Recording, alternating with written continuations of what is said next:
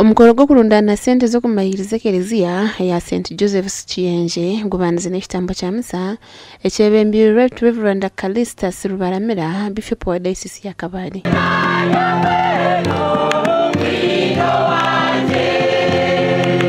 Abebembezi abantu babutosha hamwe n'ebitongole nka Centenary Bank bahireye muganda kwatira Ekereziya.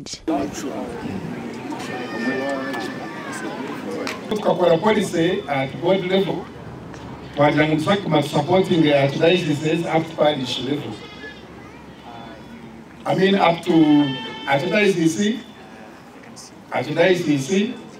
diocese, then minimum parish level.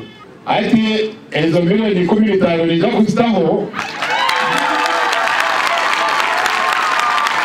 Onga ni jaku ndaraone zidi milioni 5.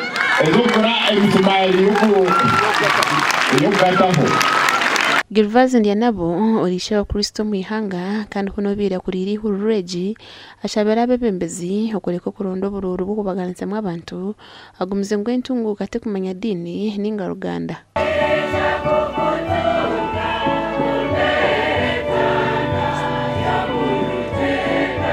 Kubaganisa abantu mu dini skoro hanga ya kitereka bone wareba umukoro gwabo kuya wareba twena turi hamwe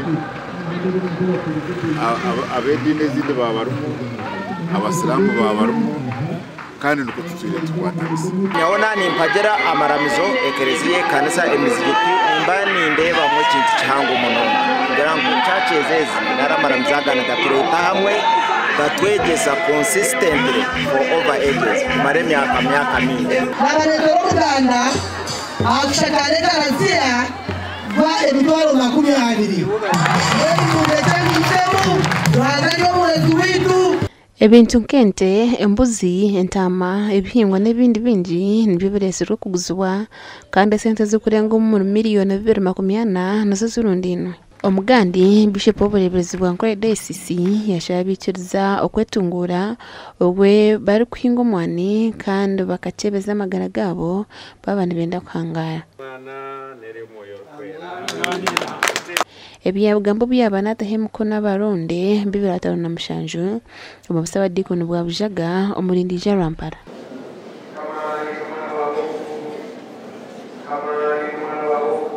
Cyakiriye cyo kuta abakujo kamya abakristayo kandi izobe ryabizo barundi mnonga yakuru mu mugo kutangaza abantu bakore wa Paulo umba Thessalonike ya kabiri ishuri ya kashatu gwikumi nagira ngo otarukora atashemere kuri twine kizibu cy'abantu abakwende byabusha abashuma bo mwani barengize abashuma bebitoke by'abantu abandi barengize umubati bwohemuko nerizoba haba harimo muguruso imyaka 55 y'obukuru owamanywanka amaso rw'ishoce okurwo mu kashuro murindija.